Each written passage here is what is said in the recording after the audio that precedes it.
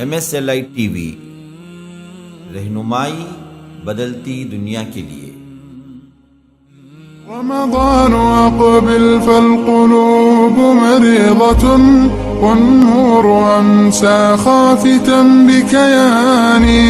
قل لي متى يأتي الصباح بنوره ومتى ننصاع للإحسان. الحديث كتاب الله وخير الهدي هدي محمد صلى الله عليه وسلم وشر الأمور محدثاتها وكل محدثة بدعة وكل بدعة ضلالة وفي رواية وكل ضلالة في النار. فأعوذ بالله السميع العليم من الشيطان الرجيم من همزه ونفثه ونفخه. وَلَقَدْ نَصَرَكُمُ اللَّهُ بِبَدْرٍ وَأَنْتُمْ أَذِلَّةٌ فَاتَّقُوا اللَّهَ لَعَلَّكُمْ تُفْلِحُونَ. اللهم أرنا الحق حقا وارزقنا اتباعه وأرنا الباطل باطلا وارزقنا اجتنابه. اللهم علمنا ما ينفعنا وانفعنا بما علمتنا وارزقنا علما. رب اشرح لي صدري ويسر لي أمري واحلل عقدة من لساني يفقهوا قولي. اس اللہ کے نام سے ابتدا جس کے ناموں کی کوئی انتہا ہی نہیں. وَلَوْ أَنَّ مَا فِي الْأَرْضِ مِنْ شَجَرَةٍ أَقْلَامٌ وَالْبَحْرُ يَمُدُّهُ مِنْ بَعْدِهِ سَبْعَةُ أَبْحُرٍ مَا نَفِدَتْ كَلِمَاتُ اللَّهِ. اس ذات اقدس پر کروڑوں درود و سلام ہوں جو تمام جہانوں کے لیے رحمت للعالمین بن کے آئے تھے. اللہم صلی علی محمد وعلی آل محمد کما صلیت علی ابراہیم وعلی آل ابراہیم انک حمید مجید وبارک علی محمد وعلی آل محمد کما بارکت علی ابراہیم وعلی آل ابراہیم انک حمید مجید.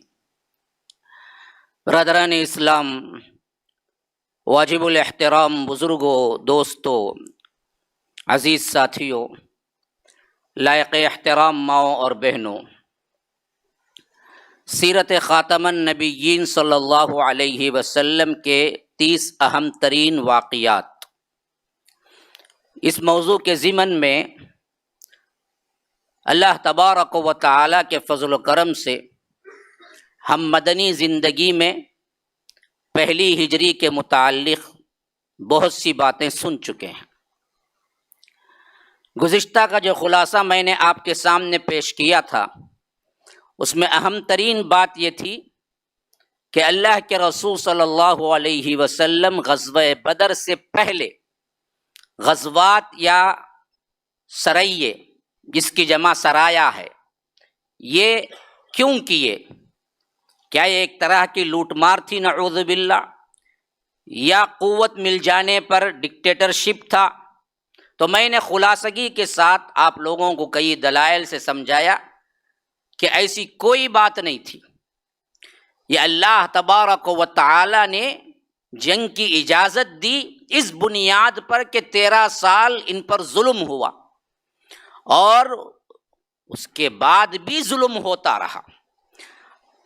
اب ایک مرحلہ وہ ہے جہاں پر ظلم سہنا ہے، ایک مرحلہ وہ ہے جہاں پر ظلم کا جواب دینا ضروری ہوتا ہے، سہنا غلط ہوتا ہے. اچھا، اللہ کے رسول صلی اللہ علیہ وسلم مدینہ آنے کے بعد کیا یہ لوگ خاموش رہ گئے؟ کیا ان لوگوں نے ظلم کرنے کی راہ تلاش نہ کر لی؟ تو آئیے اس ضمن میں بھی سن لیں. میں نے گزشتہ کے مجلس میں وہ باتیں نہیں لائی تھی، آج وہ سن لیں. اللہ کے رسول صلی اللہ علیہ وسلم ہجرت کر کے پہنچے. مشرکین قریش، خاص کر قریش کو اور مشرکین مکہ کو معلوم ہوا، صحابہ ایک ایک کر کے ہجرت کر کے پہنچ گئے اور اللہ کے رسول صلی اللہ علیہ وسلم بھی آخری میں پہنچ گئے. تو کل جماعت وہاں پہنچ گئی. تو اب انہوں نے ڈھونڈا کہ ان پر فوقیت رکھنے والا کون ہے. ایک یہودی ہیں، ایک وہاں کے نارمل مشرکین اوس اور خزرج کے تھے جو کہ عمومی طور پر مسلمان ہو چکے تھے. اب ان سے بات کرنا تو بیکار تھا، کیونکہ ان کی بہت بڑی ایک آبادی پہلے ہی مسلمان ہو چکی تھی اور انہوں نے ہی اللہ کے رسول صلی اللہ علیہ وسلم کو مدینہ دعوت دی تھی. تو اس واسطے ہم دیکھتے ہیں کہ سب سے پہلا خط بھی اصل میں قریش نے، مشرکین نے عبداللہ بن ابی ہی کو لکھا، جو یہودی تھا، اس وقت ابھی مسلمان نہیں ہوا تھا، اعلان نہیں کیا تھا مسلمان ہونے کا. ہاں، اور اندر سے تھا بھی غصہ اس کو بہت زیادہ. کیوں؟ اوس اور خزرج دونوں مل کر یہ طے کر چکے تھے کہ ہم عبداللہ بن ابی کو سردار مان لیں گے، حتیٰ کہ تاج بھی بن چکا تھا. ایسے وقت میں اللہ کے رسول تو ذاتی دشمنی بھی اندر پڑ رہی تھی. اسی اثنا میں قریش کا لیٹر پہنچا. انہوں نے کہا کہ دیکھو، ہمارے صاحب کو اور ہمارے دین سے بھاگے ہوئے کو تم نے پناہ دے رکھی ہے، یا تو ایک کام کرو کہ ان کو نکال باہر کرو تم خود ہی، اگر نہیں ہے پھر تو ہماری سپورٹ کرو، اگر وہ بھی نہیں تو یاد رکھو ہم خاموش بیٹھنے والے لوگ نہیں ہیں، ہم تم پر حملہ کریں گے اور تمہارے اینٹ سے اینٹ بجا دیں گے. اس دھمکی کا اتنا اثر ہوا کہ ابھی اللہ کے رسول صلی اللہ علیہ وسلم مدینے میں سکھ کی سانس بھی نہیں لینے پائے. معلوم ہوا کہ عبداللہ بن ابی اور یہودی قبائل سب مل کے حملہ کرنے والے ہیں. اللہ کے رسول صلی اللہ علیہ وسلم فوری ان کے پاس پہنچے، کہا کہ دیکھو تم لوگ زیادہ متاثر ہو گئے ہیں اس دھمکی سے، اصل معاملہ ایسا کچھ نہیں ہے، اگر تم لوگ قتل کرو گے تو یاد رکھو سب سے زیادہ اپنے بھائی بیٹوں کو ہی قتل کرو گے. تو معلوم ہوا کہ ظلم کی کنٹینیویشن یہاں پر بھی بالکل ان لوگوں کے ساتھ جاری و ساری تھی. ایسے لوگوں سے تدارک کے طور پر ایسے لوگوں سے باعلان جنگ کرنا کسی قانون کے تحت غلط نہیں ہوتا. اچھا، دوسری بات، اب یہ لوگ بحیثیت وطن اور بحیثیت ایک انسان کے کعبۃ اللہ اور حرم کو کوئی نہیں روکتا تھا، حتیٰ کہ اطراف و اکناف نہیں کہیں سے بھی کوئی بندہ کعبۃ اللہ کے طواف کو آئے. جاہلیت میں بھی کسی کو روکنے کا اختیار نہیں تھا. تمام قبائل آتے تھے عرب کے، جتنے قبائل حج میں ہیں، عمرے میں ہیں. یہ بھی مسلمانوں پر ان لوگوں نے بند کیا. اس کا واقعہ بھی سن لیجئے. حضرت معاذ، سعد بن معاذ جو ہیں سرداران انصار میں سے ایک، جن کے بارے میں پہلے ہی بتایا تھا کہ جن کی موت پہ عرش بھی ہل اٹھا، عرش بھی کیا ہے، کانپ اٹھا. تو وہ صحابی عمرہ کرنے کے لیے اللہ کے رسول صلی اللہ علیہ وسلم کے آنے کے بعد چند مہینے بعد عمرہ جاتے ہیں اور کہتے ہیں کہ میں گیا اور میرا دوست اس وقت تھا امیہ بن خلف. یہ امیہ وہی ہے جو حضرت بلال کا آقا تھا، بعد میں مارا گیا. میں نے اس سے کہا کہ دیکھو میں عمرے کے لیے آ رہا ہوں اور تمہارے ہی گھر ٹکنے والا ہوں، کیونکہ پرانی دوستی تھی، جاہلیت سے بھی دوستی تھی امیہ سے. میں نے کہا کہ دیکھو ذرا رش نہ ہو تو ذرا بتاؤ کہ میں طواف کر لوں، عمرہ ادا کر لوں. اس نے دوپہر کے وقت مجھے کہا کہ لوگ بہت کم ہیں، آئیے چلیے عمرہ ادا کر لیں. اب طواف کرنے کے لیے امیہ کے ساتھ نکلے. حضرت سعد بن معاذ کہتے ہیں کہ جیسے ہی میں طواف کرنے لگا سامنے کیا دیکھتا ہوں کہ ابو جہل. اس نے امیہ سے پوچھا کہ کون ہے؟ کہا کہ یہ تو سعد بن معاذ ہیں. انہوں نے کہا کہ اچھا، تم ہمارے صاحب کو پناہ دے رکھی ہے اور ان کو مضبوط کر رہے ہو، مدد کر رہے ہو، اور یہاں امن کے ساتھ تم عمرہ بھی کر رہے ہو. اللہ کی قسم اگر امیہ ساتھ میں نہ ہوتا تو پھر تمہیں دیکھتا تم کیسے عمرہ کرتے. دھمکی دی اس نے. وہ بھی سردار تھے انصار کے، مدینے کے بڑے آدمیوں میں سے ایک تھے. سعد بن معاذ نے کہا کہ یاد رکھ، اگر تو مجھے عمرے سے اگر روکے گا تو یاد رکھ تو اس سے زیادہ ذلیل ہوگا. میں تجھے اس راستے سے روک دوں گا جس سے تو تجارت کرتا ہے، کیونکہ مدینے کے راستے یہ لوگ جانا پڑتا تھا. تجارتی سفر جتنے بھی ان کے ہوتے تھے مدینے کے راستے سے ہوتے تھے. اگر تو مجھے یہاں روکے گا تو میں تیری تجارت کی جو شاہراہ ہے اس کو بند کر دوں گا. تو ابو جہل وہاں سے خاموش چلا گیا. لیکن اس بات سے معلوم ہو گیا کہ اب مسلمانوں کو آنے کی اجازت نہیں ہے. حالانکہ مسلمانوں کا سب سے زیادہ حق تھا، لیکن مسلمانوں ہی کو کعبۃ اللہ کی طرف آنے کا حق نہیں ہے. دروازے بند کر دینے کا اعلان ہو گیا. اسی لیے اللہ تبارک و تعالی نے کل کی آیت جو میں نے پڑھ کے سنائی تھی اس میں اللہ نے فرمایا کہ تمہارا جرم کیا ہے؟ وَصَدٌّ عَن سَبِيلِ اللَّهِ وَكُفْرٌ بِهِ والمسجد الحرام، مسجد حرام سے روکنا تمہارا سب سے بڑا جرم ہے. صحابہ کو، مسلمانوں کو تم نے عمرہ اور آنے سے روک دیا. تو یہ بھی ظلم کی ایک انتہا تھی۔ اچھا، اس ضمن میں اور کیا واقعات ہوئے یہ بھی دیکھ لیں گے، پھر میں انشاءاللہ کیا ہے دوسری ہجری میں داخل ہوں گا۔ اس ضمن میں سب سے اہم ترین واقعہ جو ہوا وہ حضرت عائشہ رضی اللہ عنہا کا نکاح، یہ بھی اسی اثنا میں ہوا۔ 1 ہجری شوال، ہاں شوال، پھر اس کے بعد ذوالقعدہ، ذوالحج، محرم، وہاں سے شروع ہو جاتا ہے 2 ہجری۔ گویا کہ 1 ہجری کا اینڈنگ شوال تھا، جس میں اللہ کے رسول صلی اللہ علیہ وسلم کے گھر اماں عائشہ آئی۔ اب اس نوعیت پر جو کچھ بھی الزامات رکھے جاتے ہیں اسلام پر، اور عوام خاص طور پر نوجوان جو متاثر ہوتے ہیں، اس پر بھی چند کلمات سن لیجئے۔ میرے پاس اس کا موقع نہیں ہے، لیکن میرے مستقل کیا ہیں خطبات ہیں، حضرت عائشہ کا نکاح کیوں کم سنی میں ہوا اور اس کے جوابات کیا ہیں، آپ تلاش کر لیں تو وہاں پر مل جائیں گے آپ کو میرے خطبات میں جمعہ کے۔ یہ وہ موضوع نہیں ہے، لیکن پھر بھی سن لیجئے۔ میں اس کو اصل میں مکی زندگی میں نہیں لا کر مدنی زندگی میں آپ کو کیوں بتا رہا ہوں، اس میں بہت اہم ترین نقطہ ہے۔ سیرت کے تمام اہل سیر نے مکی زندگی میں نکاح کا تذکرہ کیا ہے۔ مکی زندگی کے آخری 1 سال یا 2 سال پہلے حضرت عائشہ کا نکاح کیا۔ خاص طور پر میں نے جب بتایا تھا، شاید آپ لوگ مسلسل آ رہے ہیں تو یاد ہوگا، اللہ کے رسول صلی اللہ علیہ وسلم کے پہلی اہلیہ، پہلی بیوی حضرت خدیجۃ الکبریٰ کے وفات کے بعد کس سے شادی کی؟ ہاں، حضرت سودا سے نا۔ حضرت سودا سے شادی کرنے کے چند ہی ماہ، چند ہی دن بعد حضرت عائشہ سے شادی ہوئی۔ تیسری شادی اللہ کے رسول صلی اللہ علیہ وسلم نے حضرت عائشہ سے کی۔ حضرت سودا سے جو نکاح ہوا اس کے بالکل متصل ہی نکاح ہوا۔ اچھا، حضرت خدیجۃ الکبریٰ کی وفات کب ہوئی؟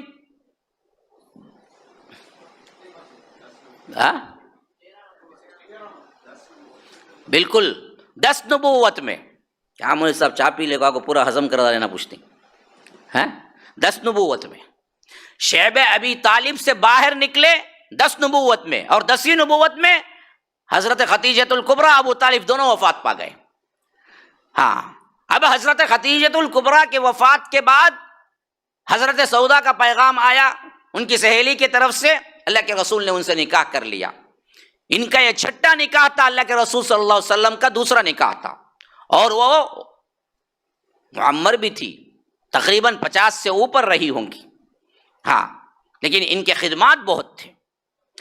اب اس کے متصل اللہ کے رسول صلی اللہ علیہ وسلم نے حضرت عائشہ سے نکاح کیا۔ اسی واسطے جب ہجرت کو گئے تھے اللہ کے رسول صلی اللہ علیہ وسلم اطلاع دینے کے لیے گھر رہے، تو اس وقت کہا کہ کوئی اجنبی ہے تو ہٹا دو۔ تو اللہ کے رسول صلی اللہ علیہ وسلم تھے حضرت ابوبکر نے کیا کہا، اللہ کے رسول آپ ہی کے سب ہیں، یہ بیوی ہیں، یہ دراصل آپ کے ساس ہیں، میں آ کر آپ کا اپنا ساتھی ہوں، اور بقیہ کیا ہیں، میرے بچے ہیں، کوئی اس میں اجنبی ہے ہی نہیں۔ تو کوئی کمنٹس کرنے والا کہا تھا کہ اگر شادی ہی نہیں ہوئی تھی کہاں سے بیوی، کیونکہ میں ذکر نہیں کیا تھا اس وقت، اب میں ذکر کر رہا ہوں اس کا۔ میں نے یہ ذکر ٹال کے اس واسطے کیا، اس میں بہت اہم ترین پیغام مجھے دینا تھا۔ یاد رکھیے 6 سال کی عمر میں اللہ کے رسول صلی اللہ علیہ وسلم نے حضرت عائشہ سے نکاح کیا، اور وہ دراصل 10 نبوت کے بعد تھا یا 11 نبوت تھا، بہت اگر آپ یہ کر لیں، فاصلہ کر لیں۔ لیکن وہ نکاح کون سا تھا؟ ہمارے جیسا جو نکاح ہم سمجھتے ہیں وہ تھا۔ یہ بہت بڑی غلط فہمی لگی خود مسلمانوں کو بھی اور غیر مسلموں کو بھی جو سیرت پڑھتے ہیں۔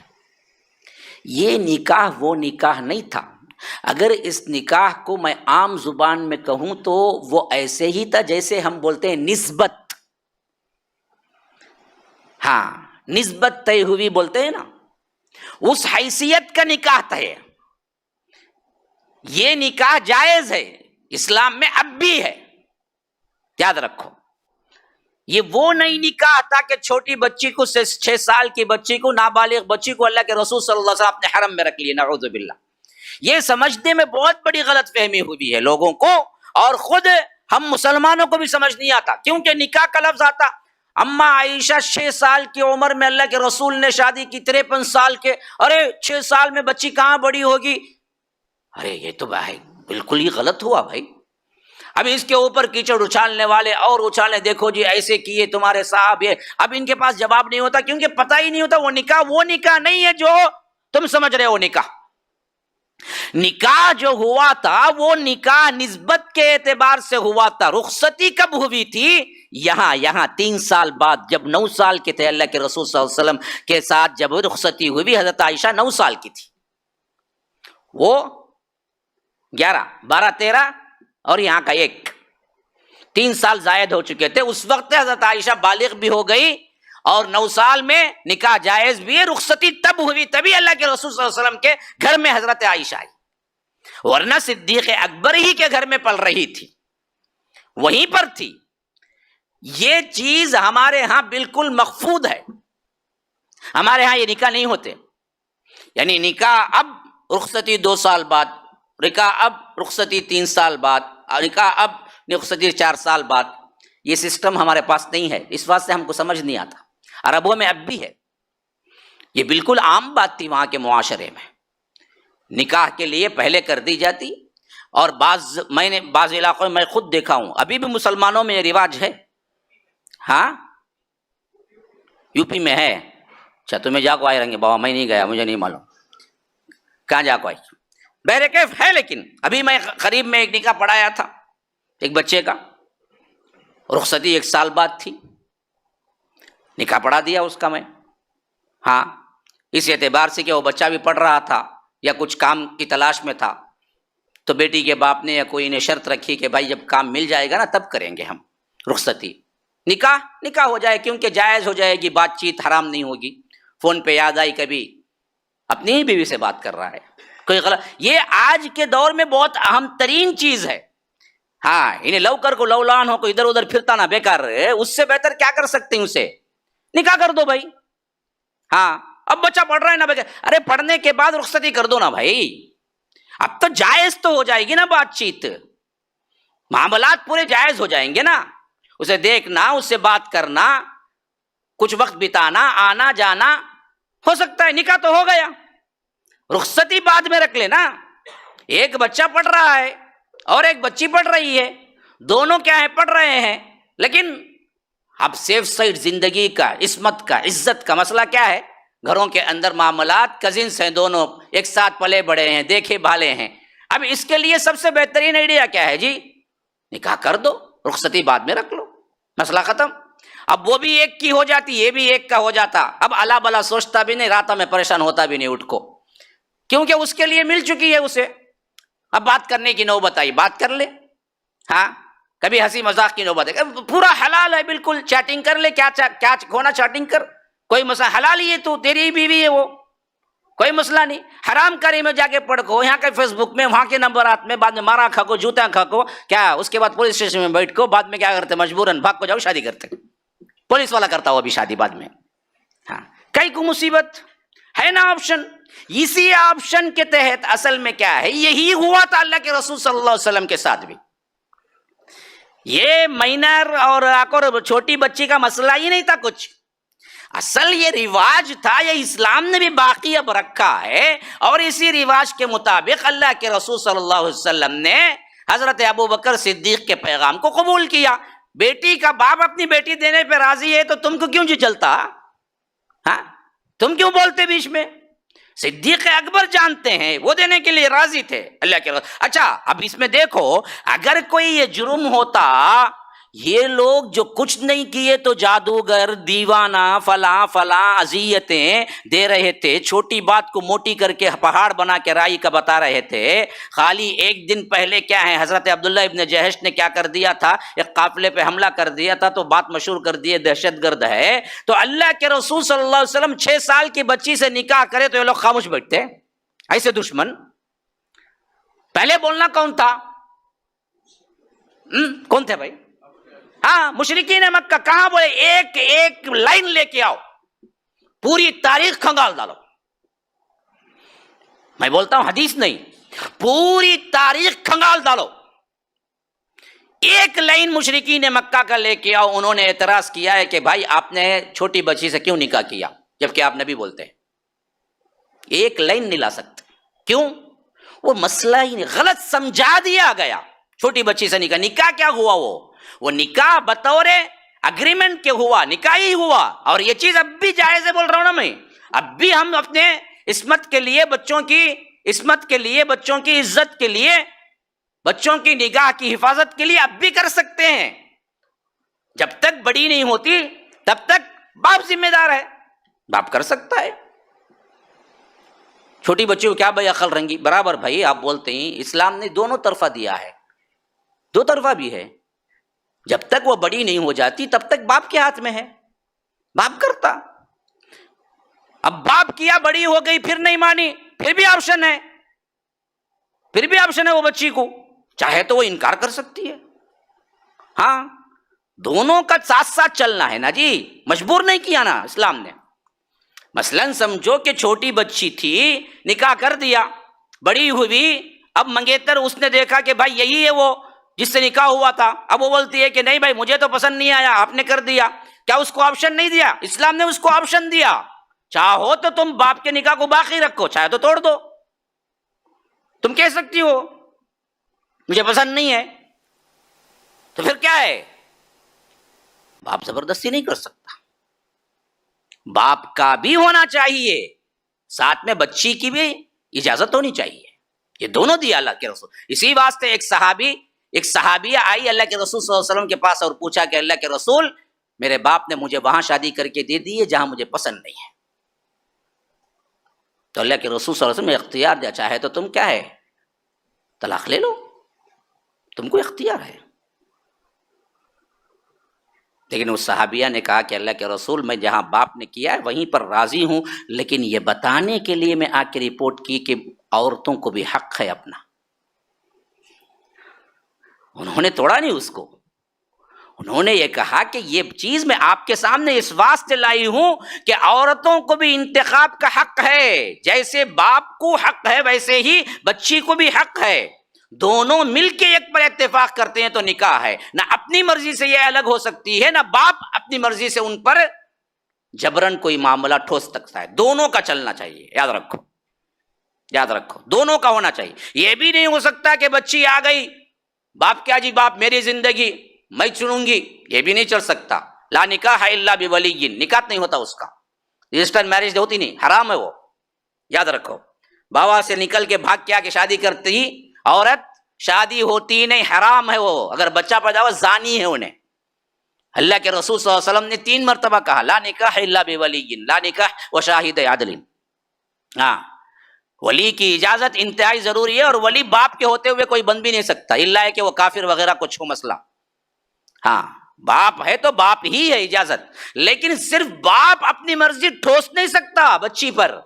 بچی اور باپ دونوں کے ساتھ مل کر ایک پہ اتفاق ہو جائے تو نکاح ہے. تو یہ مسائل کو ہم جانتے نہیں، اٹھا کے کیا کرتے ہیں. عائشہ کو 6 سال میں نکاح ہوا، 6 سال میں نکاح ہوا، لیکن رخصتی نہیں ہوئی. رخصتی عرب کے رواج کے مطابق 9 سال میں ہوئی، اور 9 سال ہی میں کیا ہوا، اللہ کے رسول صلی اللہ علیہ وسلم کے گھر آئی. ہاں اس واسطے بعضوں نے کیا کیا، اتنا ڈرے کہ ہم یہ کیسے بولیں گے، بخاری کی حدیث ہوتے ہوئے بھی ٹھکرا دیا، کہا کہ ہم اس حدیث کو نہیں مانتے. بعضوں نے کہا کہ ہرگز بھی ہو ہی نہیں سکتا.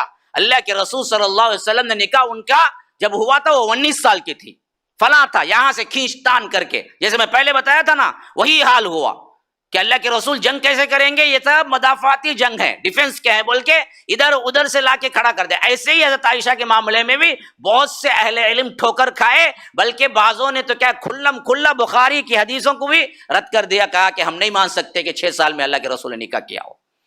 یہ غلط ہے. حالانکہ اس رواج کے مطابق وہاں غلطی تھی ہی نہیں، اور اس رواج کو اللہ تبارک و تعالی نے اسلام میں بھی باقی رکھا. ہاں نابالغ بچی سے نکاح ہو سکتا ہے، ہو سکتا ہے. نکاح ہم بستری نہیں، نکاح جسے ہم نسبت کہہ سکتے ہیں. رخصتی کب ہوگی؟ جب وہ بڑی ہوگی تبھی ہوگی. ویسے ہی اما عائشہ کا ہوا. اسی واسطے اما عائشہ روایت کرتی ہیں کہ جب مجھے بتایا گیا کہ نکاح ہوا ہے تو مجھے اس ہوش بھی نہیں تھا، مجھے چھوٹے بچیوں سے میں کھیل رہی تھی. ہاں اب اس کا مطلب بھی غلط لے گئے، دیکھو اتنی چھوٹی بچی ان کو معلوم ہی نہیں، یہ معاملہ دوسرا، وہ معاملہ دوسرا ہے. رخصتی کے وقت اللہ کے رسول صلی اللہ علیہ وسلم کا باقاعدہ طور پر تیاری کے ساتھ بھیجا گیا، اور اس وقت حضرت عائشہ بالغ ہو چکی تھی۔ اب کوئی کہہ سکتا ہے 9 سال میں کیسا بالغ ہوئی؟ اب بھی ہوتے ہیں بہت سی بچیاں 9 سال میں بالغ ہو جاتی ہیں، 7 سال میں بھی ہو جاتی ہیں، جن کا کھانا اچھا ہو، جن کا رہن سہن اچھا ہو، جن کا اٹھان اچھا ہو، وہ بچیاں 7-8 میں کیا ہے بالغ ہوا۔ اور عرب کی لڑکیاں تو پہلے سے کیا ہے ماشاء اللہ بہت بہترین صحت مند ہوا کرتی تھی۔ آج یہ وہ کھا کو کیا ہے برائلر کی چکن کتے، یہ کتے وہ کتے، بلا مخمس کھا کو 1000 بیماریاں ڈالنے کو، انہیں خالی فاسٹ فوڈ یہ وہ KFC یہ ہونا وہ ہونا، سب ڈال کو ہر قسم کے بیماریاں بچیاں کو چاہ گیا۔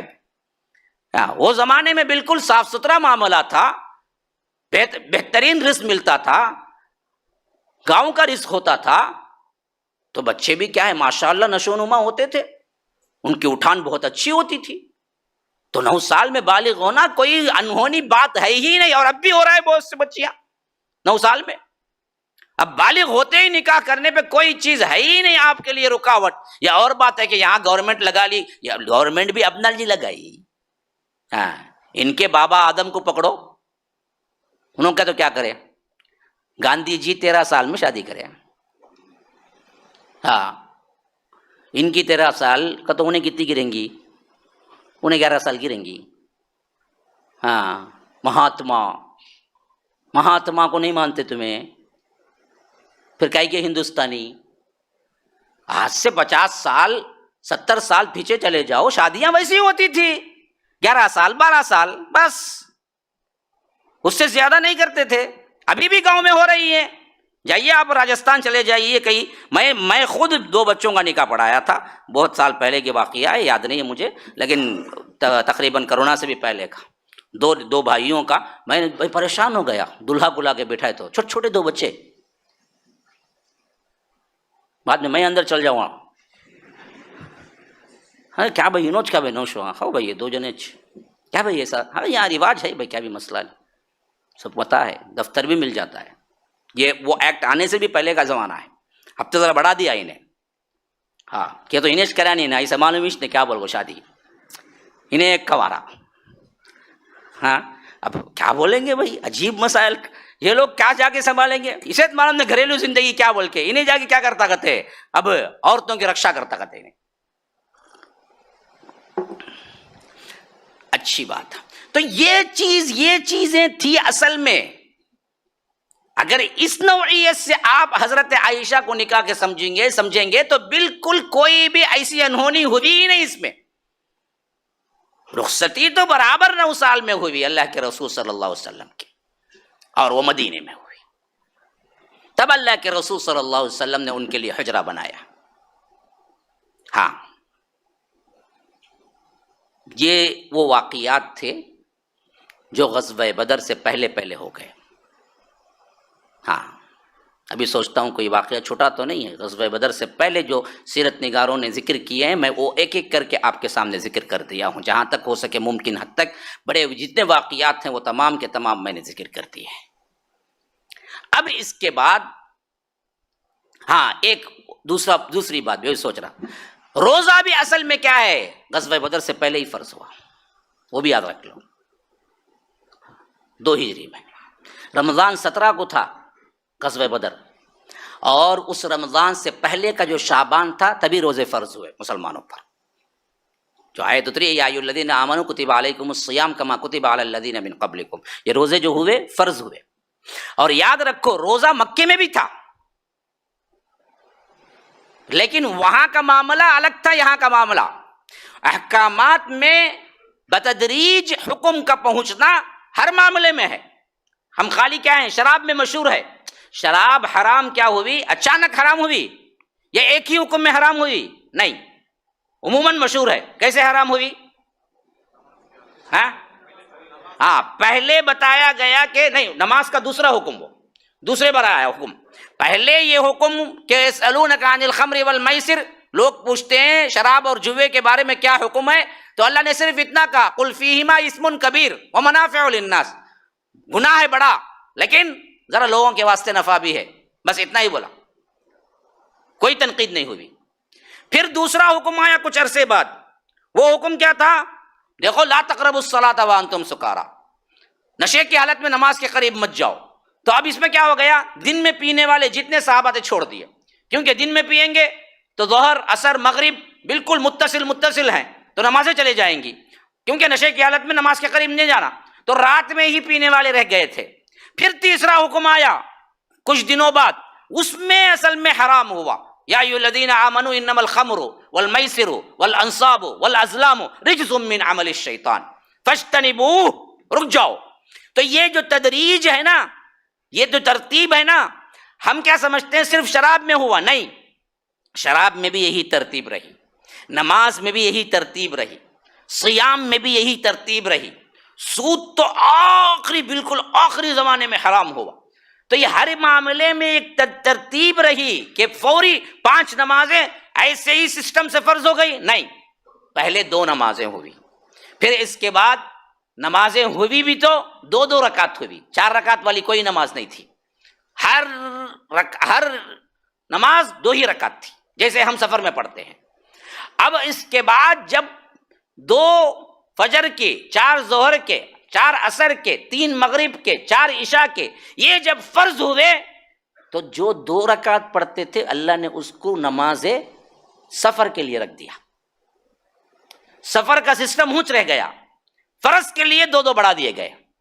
اس سسٹم پر فرض ہوئے، ایک ہی وقت میں پورے اس سسٹم پہ نہیں ہو گئے جو آج ہم پڑھتے ہیں. تو یہ عینی اسی طرح روزے کا بھی تھا. مکے میں بھی روزہ فرض تھا، اور مکے میں بھی روزے کے کچھ باتیں آتی ہیں قرآن میں، تو معلوم کیا ہوا وہاں تھا. لیکن یہ رمضان کے روزے نہیں تھے. ہاں، ایک روزہ فرض تھا، وہ تھا عاشورہ کا روزہ، 10 محرم کا روزہ، مکے میں بھی فرض تھا ایک روزہ. پھر اس کے بعد 3 روزے فرض ہوئے.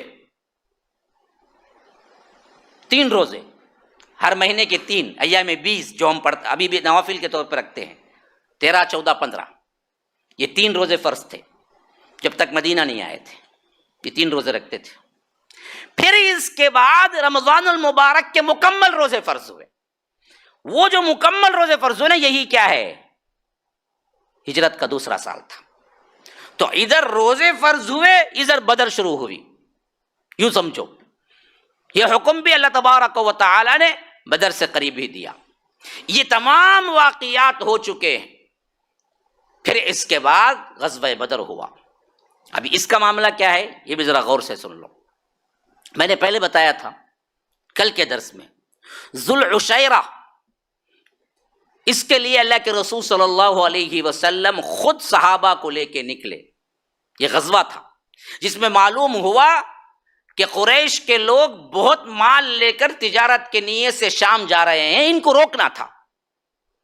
لیکن اللہ کے رسول صلی اللہ علیہ وسلم جب تک پہنچے وہ لوگ نکل چکے تھے. تو اللہ کے رسول صلی اللہ علیہ وسلم کے ہاتھ نہیں آئے، واپس آ گئے اللہ کے رسول. اب دراصل پھر اطلاع ملی اللہ کے رسول صلی اللہ علیہ وسلم کو. ہاں، یہ اطلاع وغیرہ کیا ہے، وحی کا نہیں ہے. یہ جاسوسی نظام جو سسٹم تھا، مخبر جو اللہ کے رسول رکھے ہوئے تھے، ان کے ذریعے سے مل رہی تھی. ابھی اطلاع ملی کہ وہی قافلہ کئی سونا چاندی یعنی بزنس کر کے زبردست مال لے کے اب واپس آ رہا ہے، اور ابو سفیان اس کا سردار ہے جو ابھی اسلام قبول نہیں کیے تھے، اور لوگ کل صرف 40 ہیں. اب دراصل بہت ہی بہترین موقع تھا کہ اب پکڑ لیں ان کو، کیونکہ معلوم تھا یہ مال جائے گا ہمارے ہی خلاف استعمال ہوگا. اس سے ہتھیار خریدے جائیں گے، اس سے جنگ کے لیے آدمی تیار کیے جائیں گے، اور ہم ہی لے آ کے مارنے کی سازشیں ہوں گی. تو اللہ کے رسول صلی اللہ علیہ وسلم نے صحابہ کو اطلاع دیتے ہوئے کہا کہ دیکھو یہ مجھے خبر پہنچی ہے کہ قافلہ آ رہا ہے. اب کون میرے ساتھ چلتا ہے؟ چلو، کوئی جبر نہیں، کون آنا چاہتا ہے آئے، اس میں کوئی جبر نہیں. یاد رکھو، اسی واسطے بدری صحابی کا مقام بالکل اونچا ہے. کیوں؟ اس میں جبر نہیں تھا، سب آنا ہے، آپشنل تھا. تو کئی صحابہ نہیں آئے یہ سمجھ کے کہ کیا ہے، قافلے کا معاملہ ہے نا جی، جنگ ہونے والی ہے، کسی کو پتہ ہی نہیں تھا.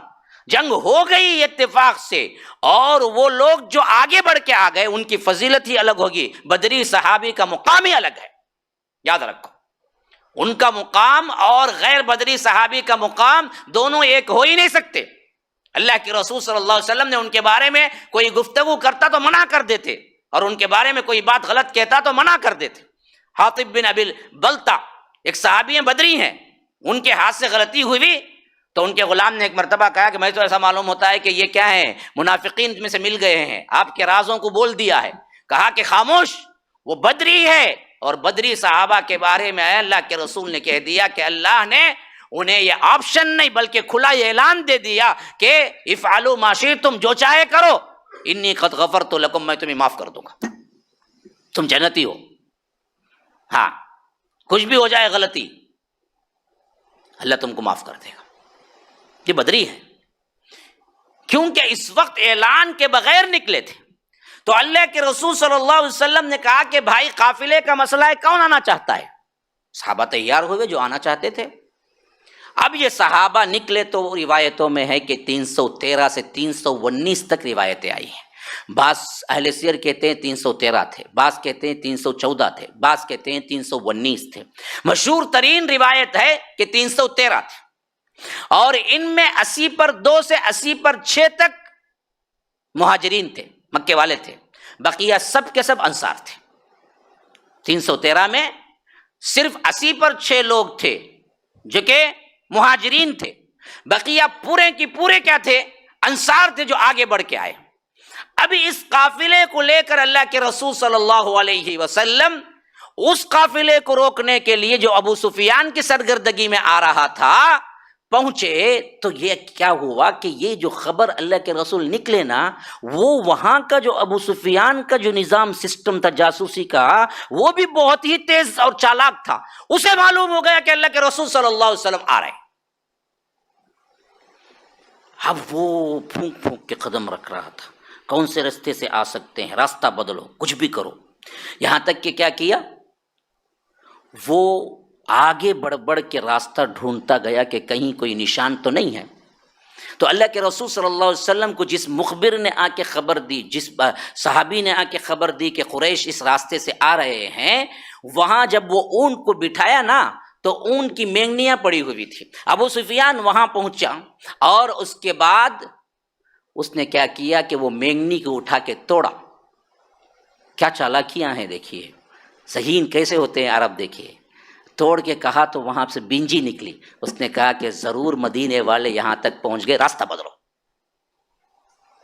کیونکہ یہ مدینے کا اونٹ ہے، کھجور کھاتا ہے، انہیں کھجور کھایا تو نہ آیا اسے بینج، تو یہ راستے پر آ چکے ہیں تو ہم کو یہ راستہ نہیں جانا ہے، راستہ بدلو، کوئی دوسرا راستہ لے لیے جس راستے سے گزرنا، جہاں سے اللہ کے رسول نے سوچا کہ یہی راستے سے آئیں گے، وہ راستہ تبدیل کر دیا۔ صرف اتنا ہی نہیں کیا، اس نے کیا کیا کہ اپنا ایک تیز سوار آدمی جسے زمزم بن عمر کہتے، اس کو کہا کہ جاؤ، جلدی جاؤ، کہو کہ دیکھو تمہارا قافلہ ڈوبنے والا ہے، اگر تم میری مدد کو نہیں پہنچے گے تو تمہارا پورا مال ڈوب جائے گا، پہلے جا کے اطلاع کرو تاکہ لوگ میری سپورٹ کو آ جائیں۔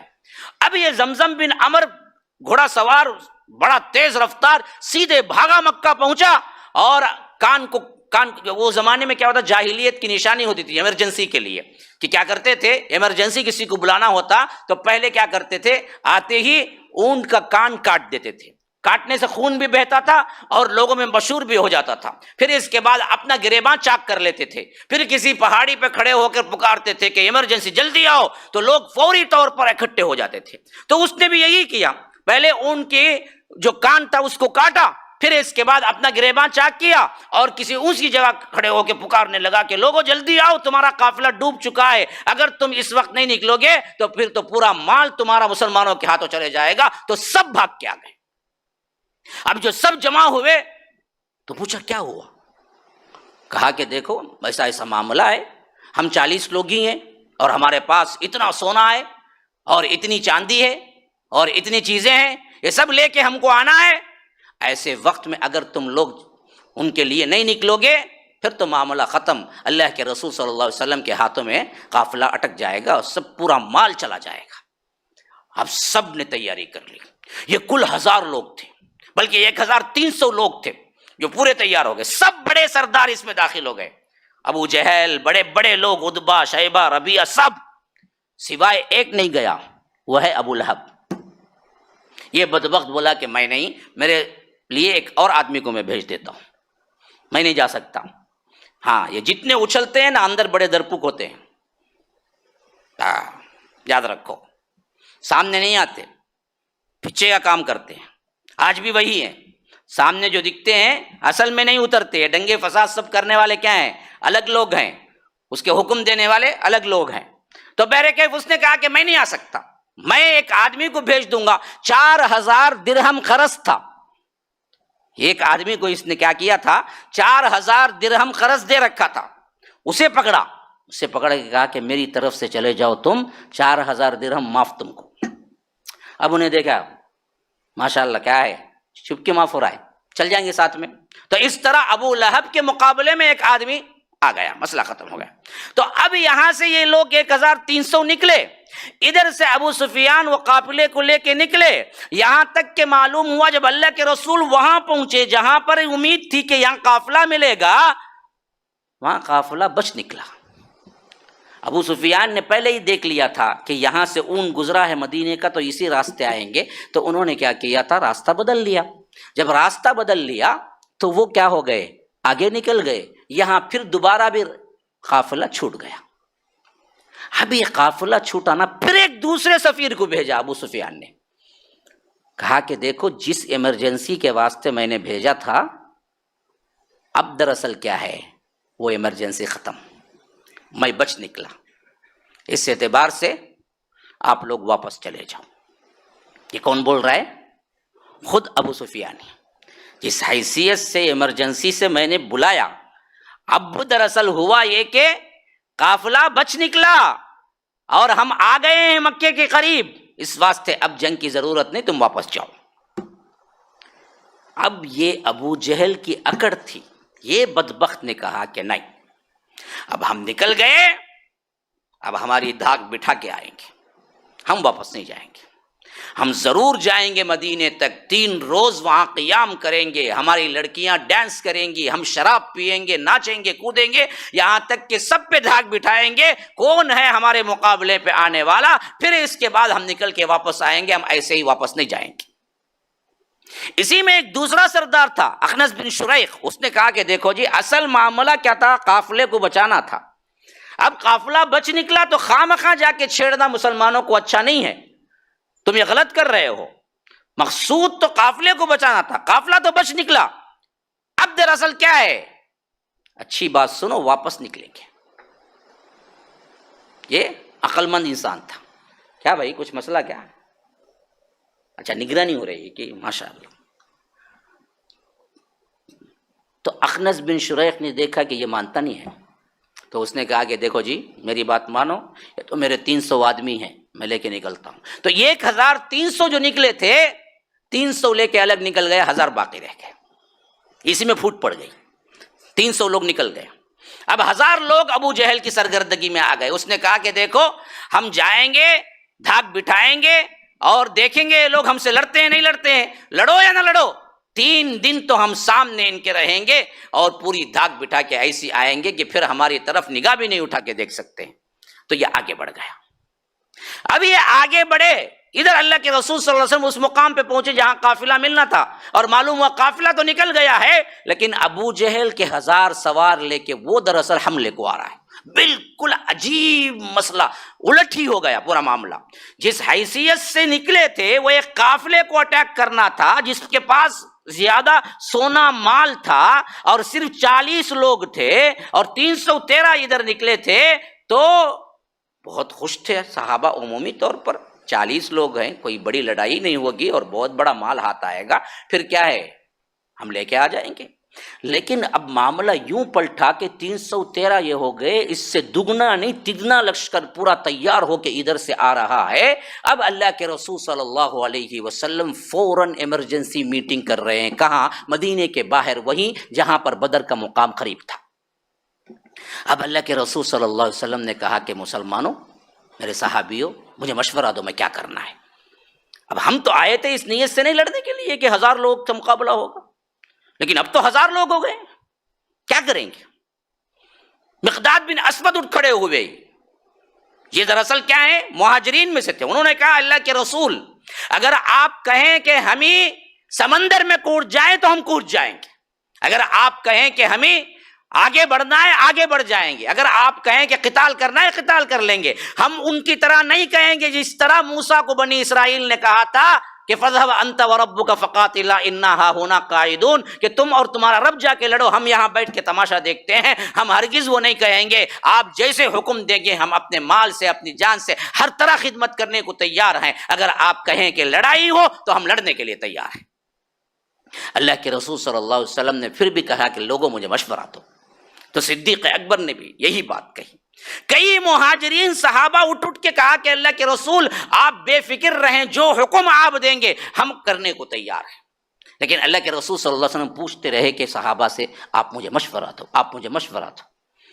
تو اب سعد بن معاذ اٹھ کے کھڑے ہوئے، انصار کہا کہ اللہ کے رسول صلی اللہ علیہ وسلم بار بار پوچھنے سے مجھے ایسا معلوم ہو رہا ہے کہ آپ کا خطاب انصاریوں کی طرف ہے۔ کہا کہ ہاں میں انصار سے جواب چاہتا ہوں۔ کیوں؟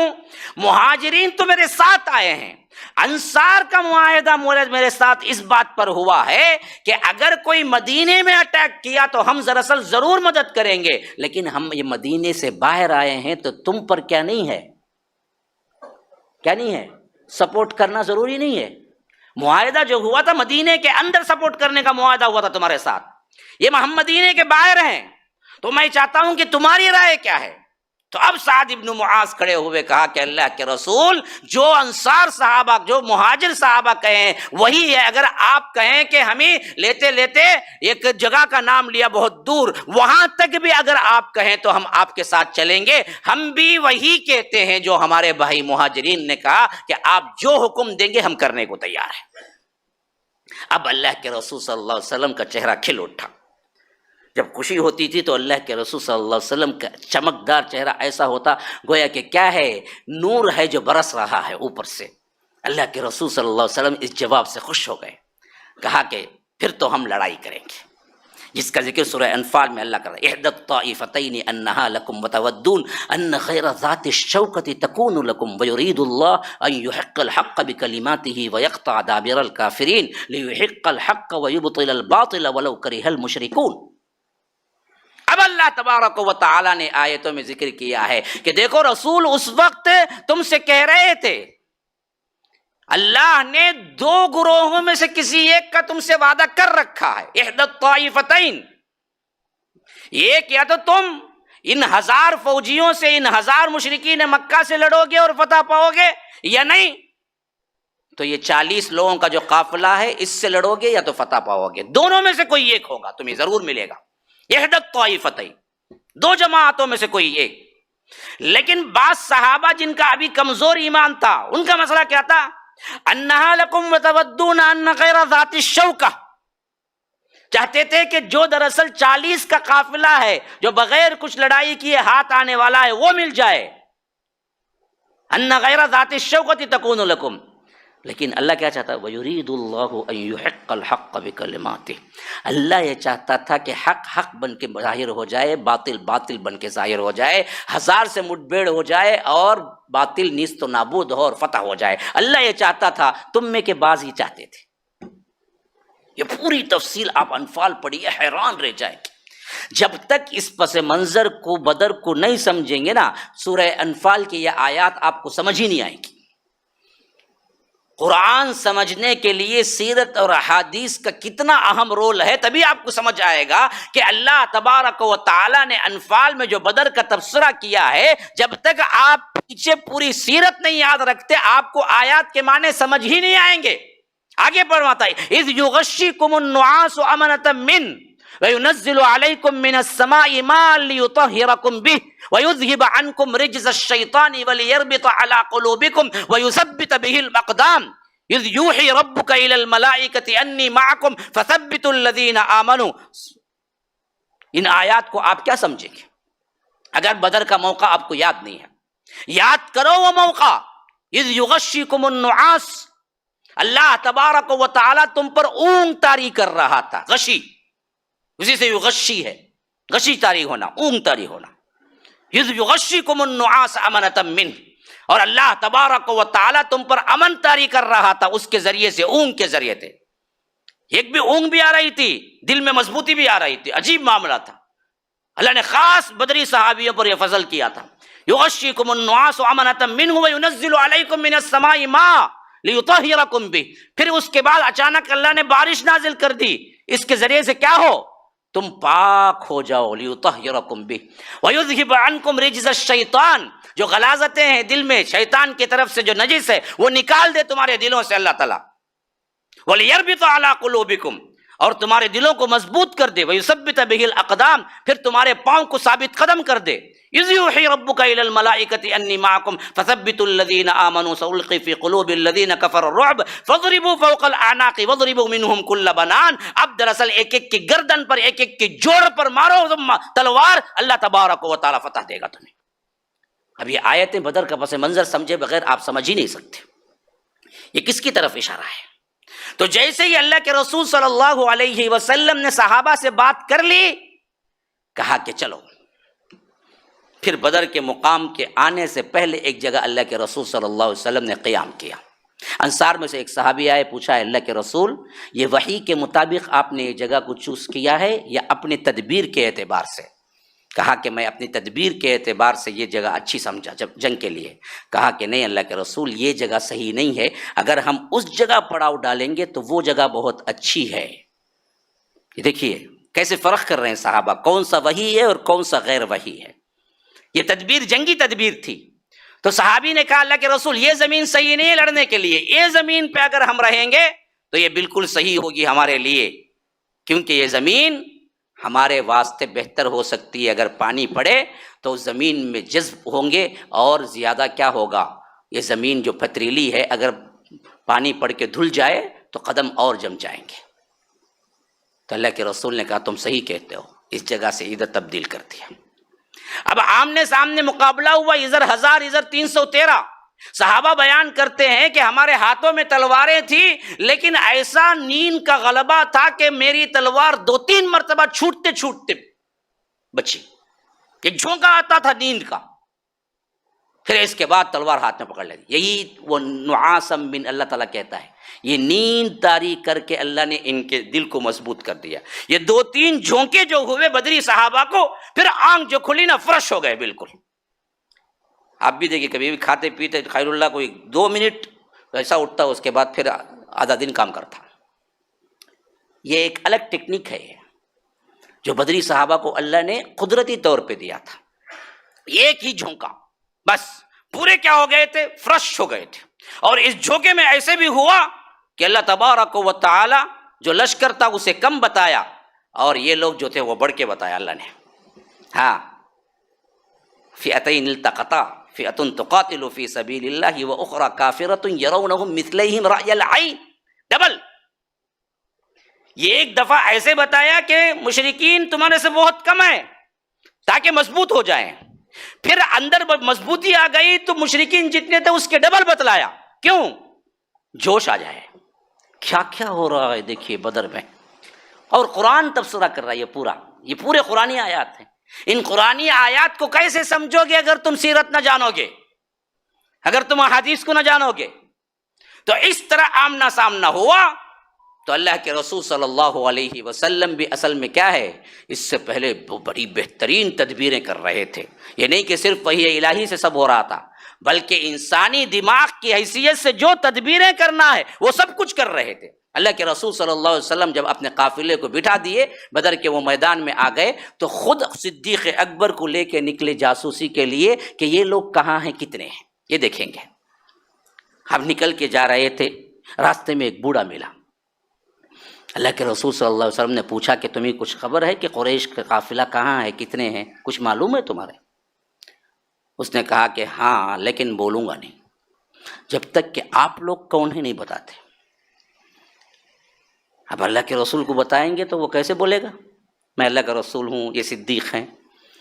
تو اللہ کے رسول صلی اللہ علیہ وسلم نے کہا کہ دیکھو جی ہم بتاتے ہیں، پہلے تم بول دو نا، اس کے بعد ہم بتاتے ہیں ہم کون ہیں۔ اس نے کہا کہ اچھا تب بتاؤ گے کیا؟ ہاں بتائیں گے، ہم بتائیں گے، تم بولو کیا ہے۔ تو اس نے کہا کہ مجھے معلوم ہوا تو فلاں دن قافلہ وہاں پر تھا، اگر خبر دینے والے نے مجھے خبر دی ہے تو آج قریش کا قافلہ فلاں جگہ ہونا چاہیے۔ ٹھیک وہی نام لیا جو اس وقت وہاں قافلہ تھا۔ پھر ایسے ہی انجان بنتے ہوئے اللہ کے رسول صلی اللہ علیہ وسلم نے پوچھا اچھا یہ بتاؤ مسلمان کہاں ہوں گے؟ کہا کہ مجھے بتانے والے نے فلاں دن بتایا تھا کہ وہ وہاں پر ہوں گے۔ اگر خبر دینے والے نے صحیح خبر دی ہے تو ٹھیک وہی نام لیا جہاں اللہ کے رسول اب تھے۔ پھر اس کے بعد پوچھا کہ اچھا وہ کتنے لوگ ہوں گے؟ اس نے کہا کہ یہ تو مجھے نہیں معلوم ہے، لیکن اتنا معلوم ہے کہ ایک دن 10 اونٹ کٹتے ہیں، ایک دن 9 اونٹ کٹتے ہیں کھانے کے لیے۔ تو اللہ کے رسول صلی اللہ علیہ وسلم نے اندازہ لگایا کہ 1000 لوگ ہیں، 900 سے 1000 کے اندر ہیں۔ کیسے کیسے تدبیریں ہیں دیکھیے، کیسے کیسے کیا ہیں اندازے ہیں دیکھیے۔ ایک دن 9 اونٹ، ایک دن 10 اونٹ کھانے کے لیے کٹتے ہیں، تو ایک اونٹ کا حساب 100 لوگوں سے۔ اللہ کے رسول نے حساب لگایا کہ اچھا یہ کتنے ہوں گے؟ تقریباً 900 سے 1000 ہوں گے، اندازہ لگا لیا، اور جگہ بھی معلوم ہو گئی۔ اب پوچھا کہ اب بتاؤ تم کون ہو؟ اللہ کے رسول نے مسکراتے ہوئے ہم سب پانی سے ہیں کہہ کے آگے بڑھ گئے۔ وہ چلانے لگا، چیخنے لگا، کون سے پانی سے؟ عراق کے پانی سے، ایران کے پانی سے، کہاں کے پانی سے؟ حالانکہ اللہ کے رسول جھوٹ بھی نہیں بولے، سچ بھی نہیں بولے، یہ دو معنی الفاظ ہیں۔ ہاں وَجَعَلْنَاكُم مِّنَ الْمَاءِ كُلَّ شَيْءٍ حَيٍّ، ہم نے ہر زندہ چیز کو پانی سے پیدا کیا ہے۔ اللہ کے رسول صلی اللہ علیہ وسلم نے وہاں سے کیا کیا تھا؟ اس جملے کو لیا تھا کہ ہم سب پانی سے ہیں، یہ کہہ کے آگے بڑھ گئے۔ اب آ گئی وہ بالکل 2 بدو مقابلے کی بات، جہاں سے غزوہ بدر آغاز ہوا۔ تو انشاءاللہ کل رکھتے ہیں ہم۔ ھذا وباللہ التوفیق وصلی اللہ وسلم علی نبینا محمد۔ اسأل اللہ لی ولکم ولسائر المسلمین من کل ذنب فاستغفروه انہ هو الغفور الرحیم۔ والسلام علیکم ورحمۃ اللہ وبرکاتہ۔ آج کے انعام کا جو مقابلہ ہے،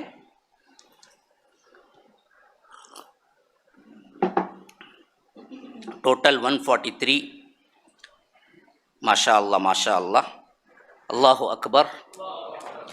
تو اس میں ونرز جو ہیں وہ 13 لوگ آئے ہیں ونرز۔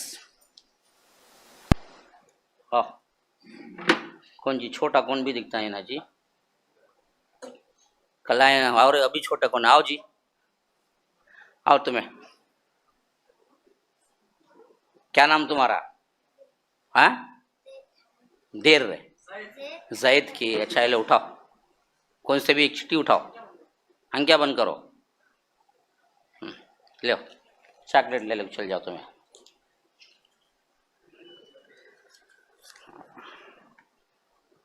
کیا بھائی ہے؟ ہانیہ خان، ممبئی۔ ہاں بنت حوا ہے بھائی۔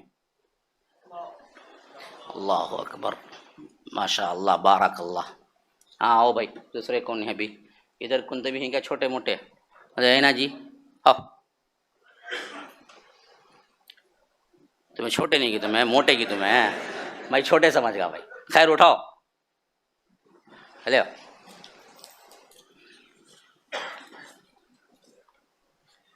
یہ بھی کیا ہے؟ کرناٹک کا بنت حوا ہی ہے کیا؟ اتنا کمزور بولتے ہیں جی، بہت افسوس ہوتا ہے کہ تم نا۔ اچھا آؤ بھائی، اور ایک آؤ جی، آؤ اٹھاؤ، یہاں آؤ، یہاں آؤ، سامنے آؤ، اس میں سے کوئی ایک اٹھاؤ۔ یہ لو، یہ تمہارا اٹھاؤ۔ ہاں یہ کون ہے بھائی؟ سعودی عربیہ، تبریز احمد، سعودی عربیہ، ماشاء اللہ ماشاء اللہ۔ سبحانک اللہم وبحمدک، اشہد ان لا الہ الا انت، استغفرک۔ ہاں بھائی، ایک چندے کے سلسلے میں آئے ہوئے ہیں۔ کہاں سے بھائی؟ اڑیسہ سے آئے ہوئے ہیں، خالدیہ عربیہ، یہ اڑیسہ میں ہے، جماعت اہل حدیث کا ادارہ ہے، ماشاء اللہ۔ تو آپ لوگ نیچے کھڑے ہوئے ہیں، جو ہو سکتا ہے امداد کرتے جائیں، اور اسے اپنی نعمت سمجھیں کہ رمضان کے مہینے میں اس طرح کے لوگ آتے ہیں اور آپ کے پاس سے لے جاتے ہیں، اور انڈیا کے کونے کونے میں آپ کی امداد پہنچتی ہے۔ اللہ تعالیٰ آپ کو جزائے خیر دے۔ 2 پیشنٹ کی دعا کی درخواست آئی ہے، مسرت مشتری بیگم، ایک کو برین ٹیومر ہے اور ایک کو کڈنی کا مسئلہ ہے۔ تو اللہ تبارک و تعالیٰ شفاء کاملہ عاجلہ مستقبل عطا فرمائے دونوں کو، اللہ تبارک و تعالیٰ جلد از جلد شفا یاب کرے۔ آپ سب بھی دعاؤں میں یاد رکھیے گا۔ کل روڈ ڈال رہے ہیں گاڑی۔ بھائی دیکھیے، کل یہاں پر جو گلی ہے ہماری، اس میں روڈ ڈالتے ہیں، یہ وہ لوگ انفارم کرے ہیں، تو گاڑیاں آپ بالکل بھی مت لے آئیں، کل باہر ہی رکھیں، تاکہ درمیان میں پھر کسی کو وہ بلائیں گے، پھر آپ لوگوں کو بھی ڈسٹرب ہوگا، اس واسطے کل ذرا محتاط رہیں۔ جزاک اللہ خیر۔